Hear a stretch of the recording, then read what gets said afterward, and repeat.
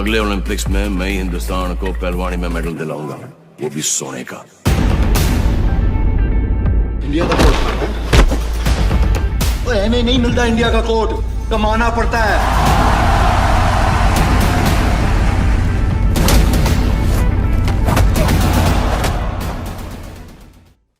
क्या महावीर का कुश्ती जीवन संघर्षपूर्ण था? कौन थे गुरु चांदगी राम? क्या उपाधि और सम्मान मिला था चांदगी राम को? हेलो दोस्तों, आप सभी का स्वागत है बॉलीग्राज स्टूडियोज में।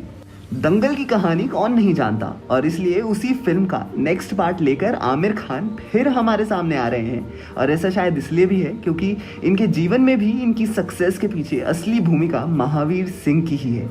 ऐसा नहीं है कि महावीर सिंह सिर्फ अपनी बेटियों के लिए जाने जाते हैं, बल्कि वो खुद एक जाने माने पहलवान हुआ करते थे, लेकिन गरीबी के चलते वो अपने सपने को ज्यादा आगे तक नहीं ले जा सके। पर इसी सपने को उन्होंने अपनी होनहार बेटियों के द्वारा पूरा करने का सोचा।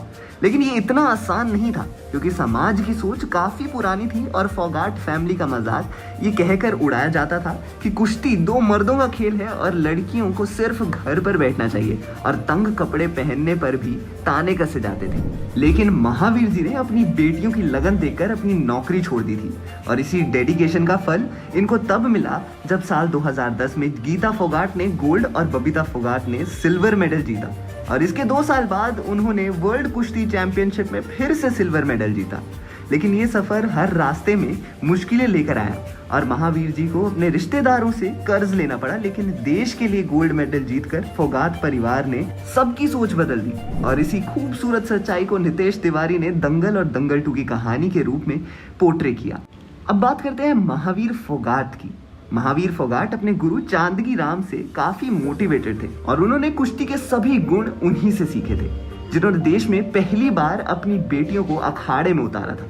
चांदगी राम हरियाणा के हिसार जिले के रहने वाले थे, और ये काफी ईमानदार इंसान थे, और इसी वजह से सभी उनसे बहुत प्यार करते थे। पहलवानी की परंपरा तो काफी पुरानी थी, और इसी परंपरा को आगे बढ़ाने के लिए उनके पिता ने उन्हें कुश्ती सीखने के लिए काफी उकसाया था। लेकिन चांदगी राम शुरू से काफी कमजोर थे, लेकिन कुश्ती के लिए अखाड़े में भी उतरना पड़ता है, और इसीलिए उन्होंने अपनी बॉडी को उसी हिसाब से ढालना शुरू किया और अच्छा खान पान भी शुरू कर दिया, और अखाड़े में उतर गए। लेकिन अखाड़े में उतरने के बाद इनको एहसास हुआ कि कुश्ती एक कला है, और बिना कोच या गुरु के इस आर्ट को आगे लेकर जाना मुश्किल है, और इसलिए उन्होंने अपना गुरु चुना और इसी कला को सीखते हुए आगे निकलते गए, और पहली बार 1962 में भारत के हैवी वेट चैंपियन बने, और कश्मीर से कन्याकुमारी तक अकेले ही कुश्ती कला को आगे तक लेकर जाने में सफल हुए। लेकिन इस बार दंगल 2 में आमिर खान उर्फ महावीर सिंह भी अपना गुरु चुनते हैं, या ये फिल्म वैसे ही कहानी दोहराएगी, ये तो हम मूवी देखेंगे तभी पता चलेगा। किसी भी कला का कोई मोल नहीं होता, और ना ही इसकी कोई कीमत लगाई जा सकती है। इसीलिए फिल्म दंगल में भी आमिर खान ने जो अपनी बेटियों के लिए किया था वो काबिले तारीफ था, क्योंकि वही उनके लिए सबसे बड़ा सम्मान था। और असली जीवन में भी चांदगी राम ने एक बार कहा था, मैं इस देश के पहलवानों से 2-3 बार लड़ चुका हूँ और सभी को हरा चुका हूँ, जिसमें महाराष्ट्र के मारुति पहलवान और मेहरदीन को हराया। और 1968 में भारत में आयोजित की जाने वाली भारत केसरी कुश्ती कंपटीशन में सिर्फ कुछ मिनट में ही मेहरदीन को हरा दिया था। इसके अलावा साल 1970 में एशियन खेलों में गोल्ड मेडल जीता, और 1971 में उन्हें पद्मश्री से भी सम्मानित किया गया था। इसके साथ उन्होंने कुश्ती पर बुक भी लिखी है, जिसका नाम मास्टर चांदगी राम जी का जीवन परिचय है।